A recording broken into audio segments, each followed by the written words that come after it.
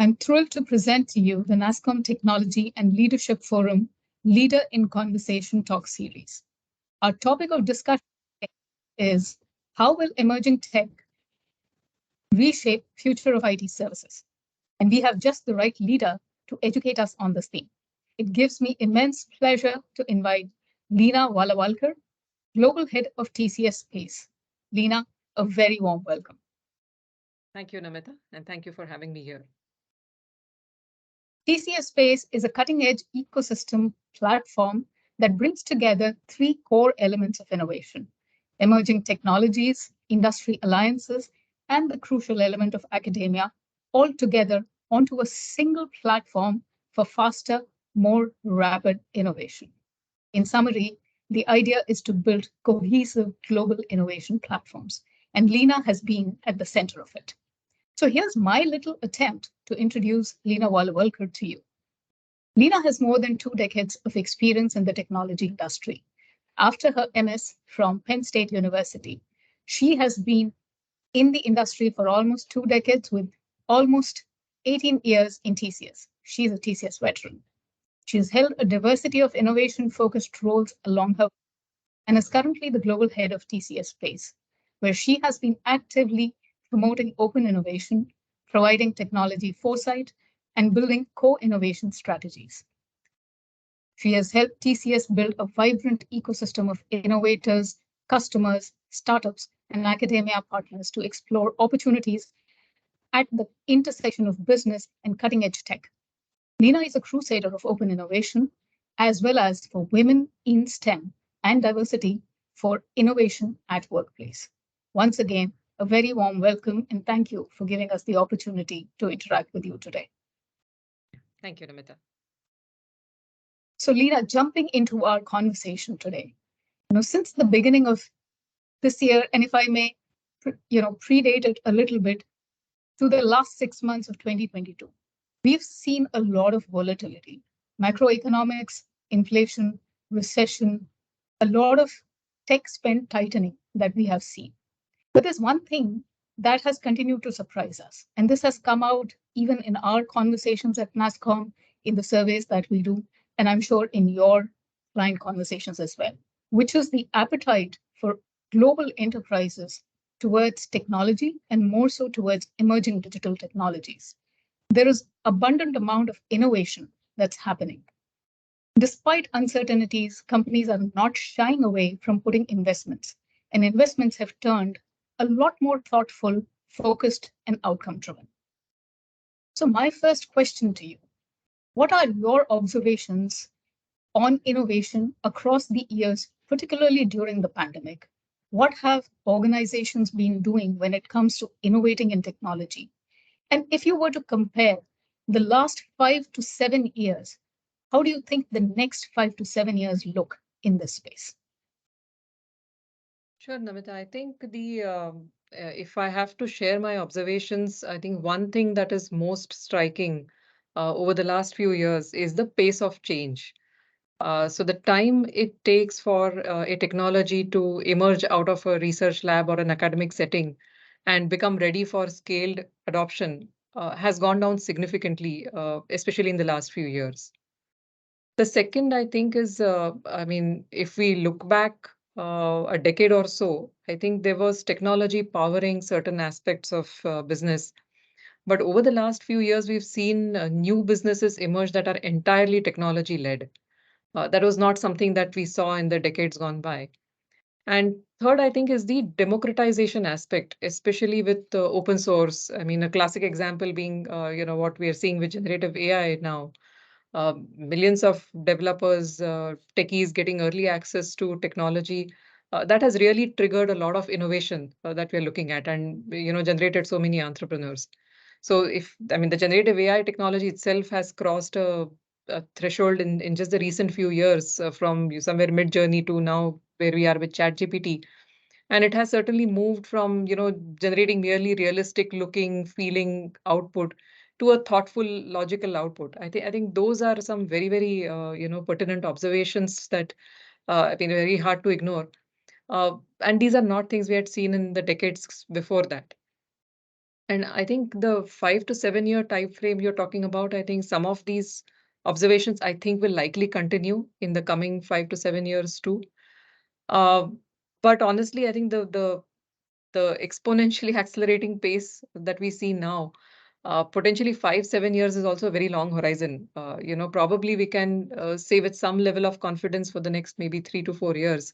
7 years, decades now are too long a time frame, I feel. But increasingly, I think going forward, technology will become invisible. It already has. So when we order food or buy tickets or watch movies, we are not consciously thinking of the massive technology architectures that are powering all of this. Uh, so that's definitely, I think, the trend going forward. Second, I think, and we're all talking about machines, and it is going to be an algorithm-dominated era. So, I think so far a lot of these kind of discussions were in happening either in AI groups or technology forums like NTLF.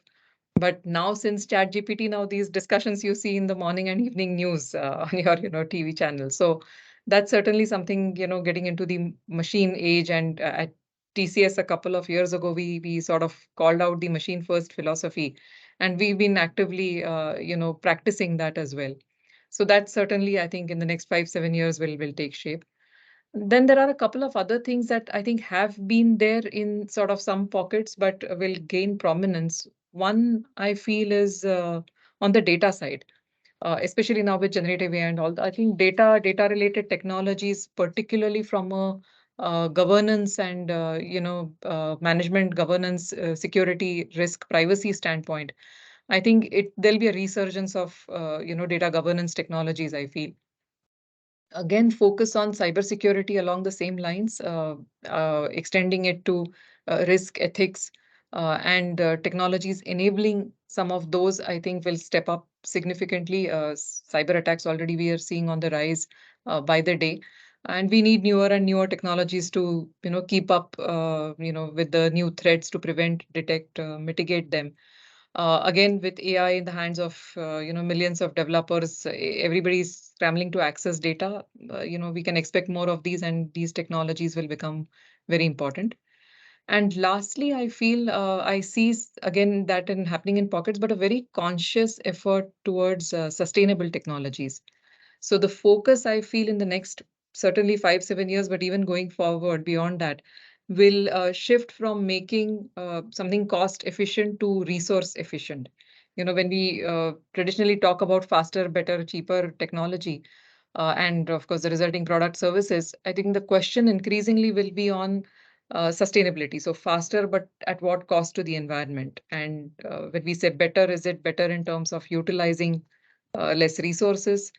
So I think those are things how I believe, things will be a little different going forward with more emphasis on some of these things. Wonderful.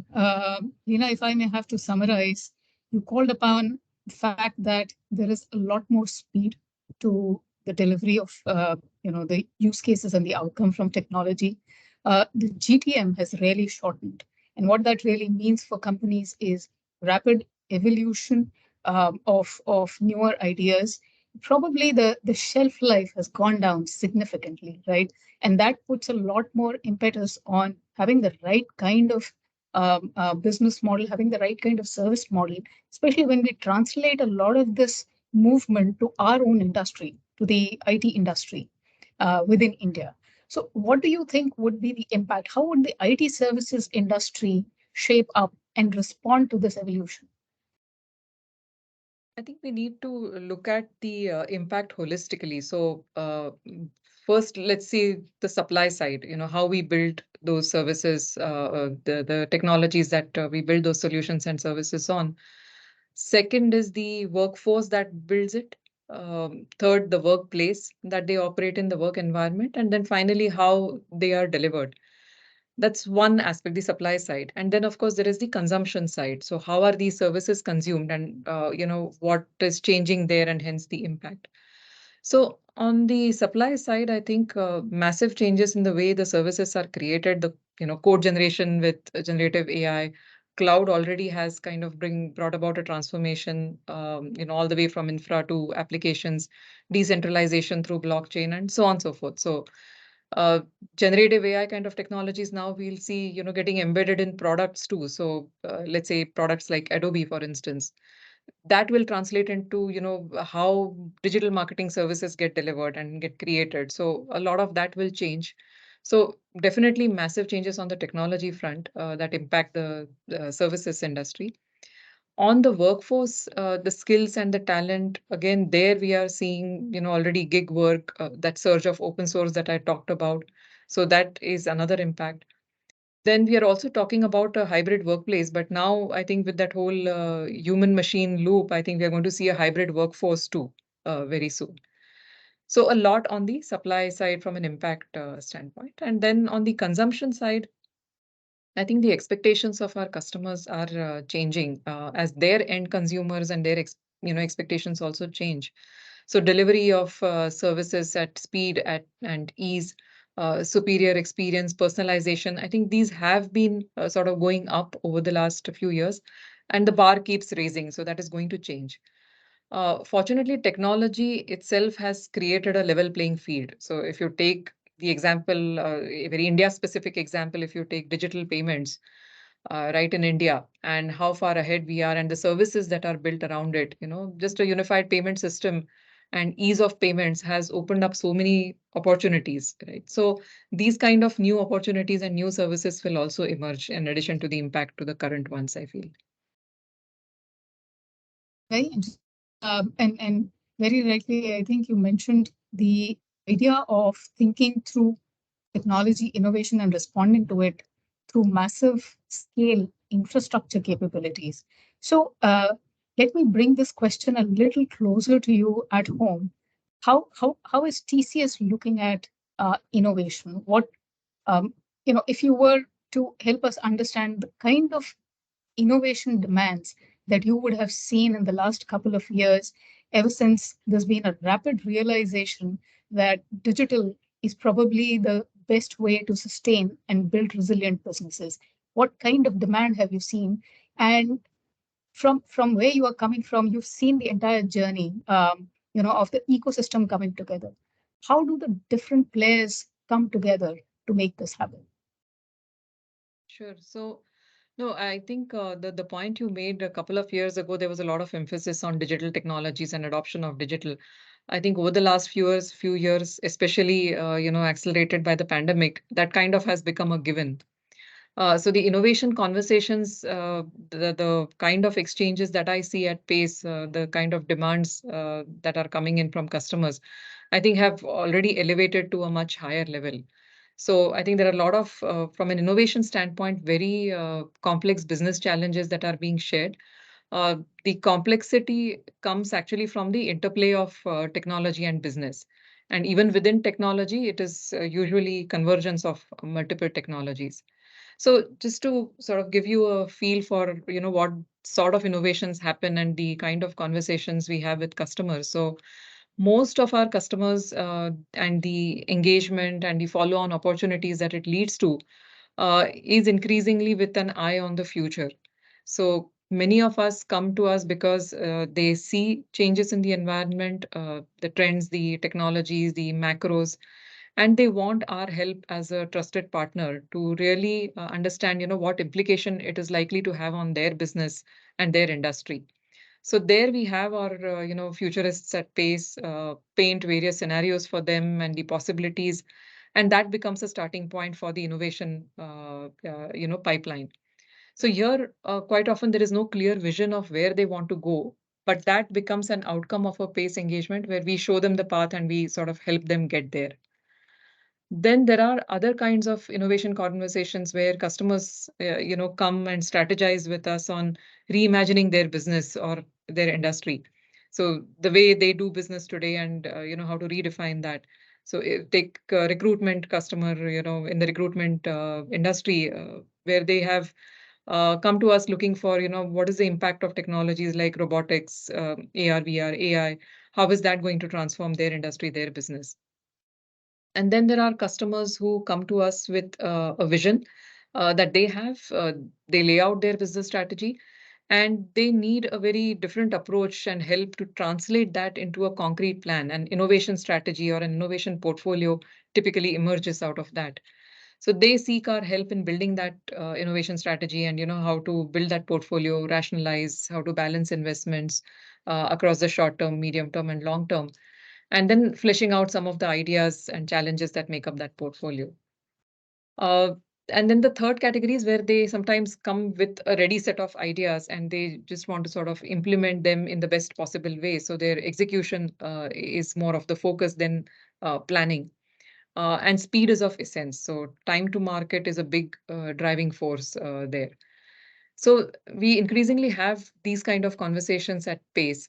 And there are a lot of these global organizations today that, customers of ours that are spread globally. They come with different kinds of challenges in different geographies. So we've had a customer in the food industry that operates globally come to us to completely reimagine the farm to fork journey from a sustainability perspective.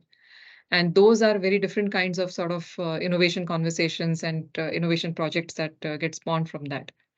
And then we have, customers in travel, hospitality sector, come and redefine their business strategy, customer experience with the emerging technologies like generative AI and AR, VR.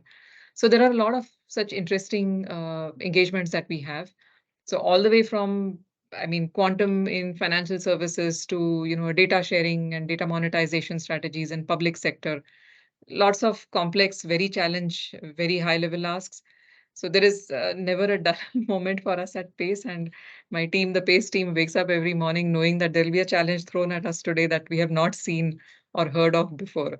So it's very exciting. We've gone way beyond adoption of digital technologies to solving really very big, challenging business problems and almost reimagining, redefining businesses and industries. Wonderful. Fantastic. And I'm sure it's an equally, if not less, challenging task to have all the pieces together to get this done, right? You have to figure out the customer demand, and there is such a variety that you've spoken of. I'm sure there's abundant amount of complexity across all of these. The entire change management aspect that needs to be taken care of once something very innovative has to be delivered to an organization, walking all the people through and everything. So how, as an organization, do you make yourself ready for such innovation oriented activities? What kind of principles, and even if any other organization has to build something like this, like a TCS Space, what kind of guiding principles really come to the fore in setting up an innovation-centric model? Innovation not being in a COA or a lab, but literally being the DNA of an organization. Right, right. So that's a very important question, Namita. And I think the previous question, the ecosystem part that you asked about, maybe I'll try and address that in this response itself. So I think the guiding principles when customers come to us and they are exploring innovation-oriented business models. One, when we are talking about a business strategy, some are built on fundamentals which are very much there, right? I mean, understanding the consumer is important. A careful analysis of the trends, of the patterns, the behavior changes, all of those are a given. Beyond that, I think when you're talking about innovation, you're talking about something that is one futuristic. You're talking about quite often in today's scenario, something that impacts an ecosystem and needs the support of an ecosystem. It's not something an individual or an organization alone can do and create that impact.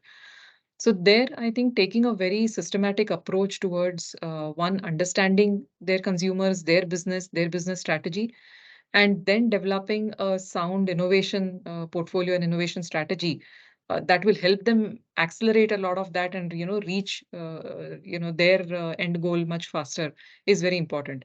So what we've done over the years, we have a very sort of sound framework that we've developed at Pace, that helps build these innovation strategies for the customers. So, and we have a lot of experience now that we've worked with so many customers across industries, across geographies, to help them plan and also execute those strategies. So that's what we call the PACE framework. It is our framework for innovation at scale.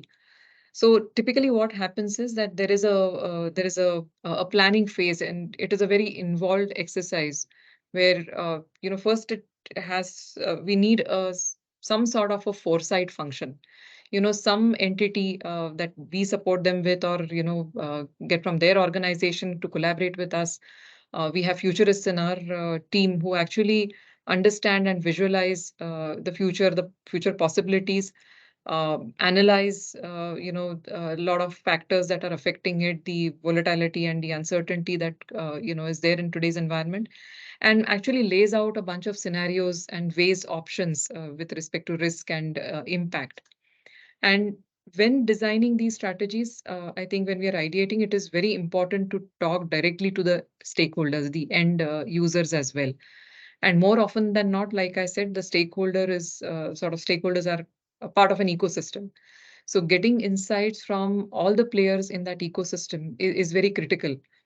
So that's more on the design side, the consulting side. The execution side, it is a lot about speed and about making sure that you don't go too far. Rapid prototyping, testing quickly, validating things, and closing the loop. Getting early feedback, and then building a minimum viable solution is important.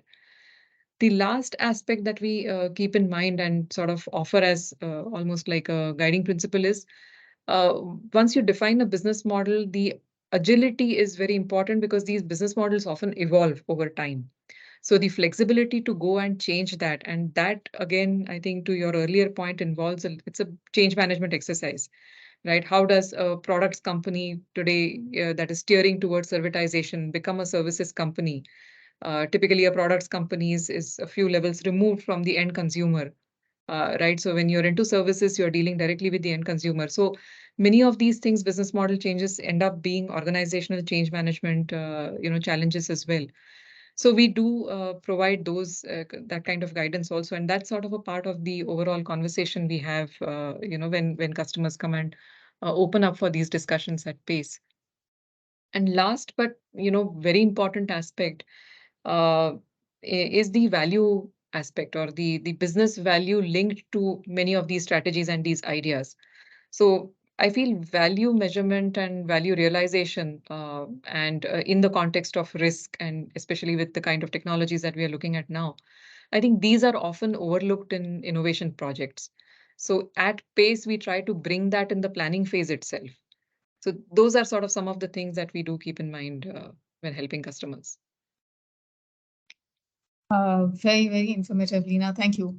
Because couple of the things that you mentioned are probably, new ideas, innovative by themselves. One, the idea of future thinking, which is, with the futurists on the team. So we've always thought of, and we've spoken about a shift left design led product or services development. But this is one step further left, where we're actually imagining future before we even get part of it, and then closing it with value realization, having pretty much bought into the whole, I'm sure, into the future thinking part itself.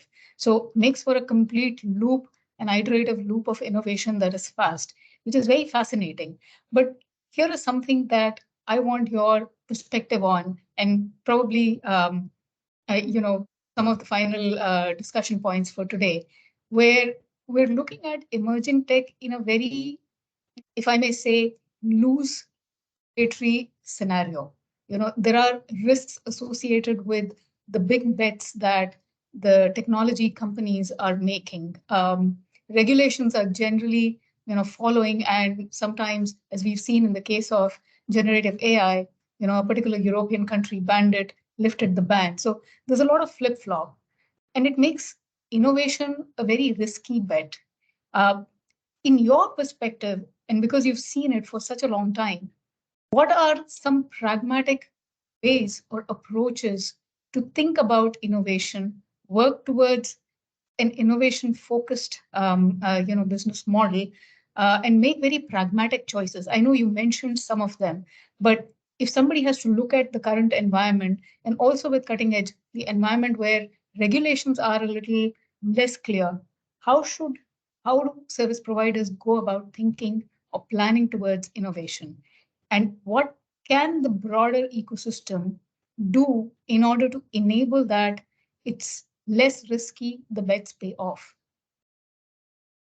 Yeah, I think I mean it's a very pertinent point, especially in today's day and age where we are looking at these kind of technologies and the need for regulation around generative AI and its applications. Uh, One, I think, is having a sound innovation strategy where you have done a lot of thinking in the planning itself. Starting again, like we discussed, as early as shifting left, and one having a good sort of sense of where we are headed, at least in the next 3 to 5 years. Having that capability as a part of your innovation team or as a part of your organization is very important.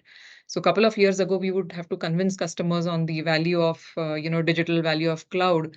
We've gone past those conversations. Now there are sort of these conversations where we have to convince them of the need to have a foresight engine as a very formal, mechanism in the organization. Many of our customers are actually now setting that up along with us as well.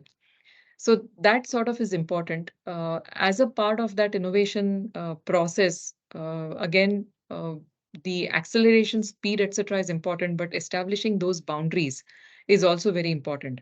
Now, earlier you could, I mean, time box a strategy exercise saying that we will revisit this plan once a year, once a quarter. Now, of course, the environment is very dynamic. So the risk assessment, the assessment of near-term, long-term impact in the context of that risk is very important, and not to fall for what the retail industry likes to call the shiny object syndrome. There's a nice cool tech on the block, but without careful assessment of the impact it is going to have, the kind of concerns it raises, right, without adequately addressing those, I think the implementation strategies, the innovation projects, I think should take a careful have a careful consideration of all these parameters before we start on something like that. We do that as a part of the planning process itself, and when we measure value, like the point I made earlier, it is keeping the risk aspect very much in mind.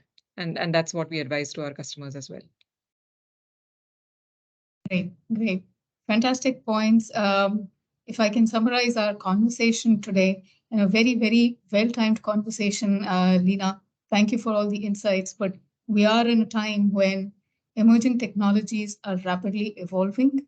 Innovation for organizations is not an option. It's probably required to stay ahead in the competitive arena.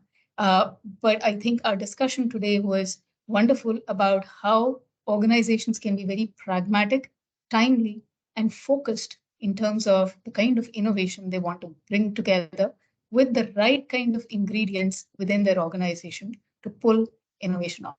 Thank you so much for this lovely conversation, Leena. Wonderful connecting with you. And this is to all the NTLF viewers signing off. Thank you. Thank you, Namita.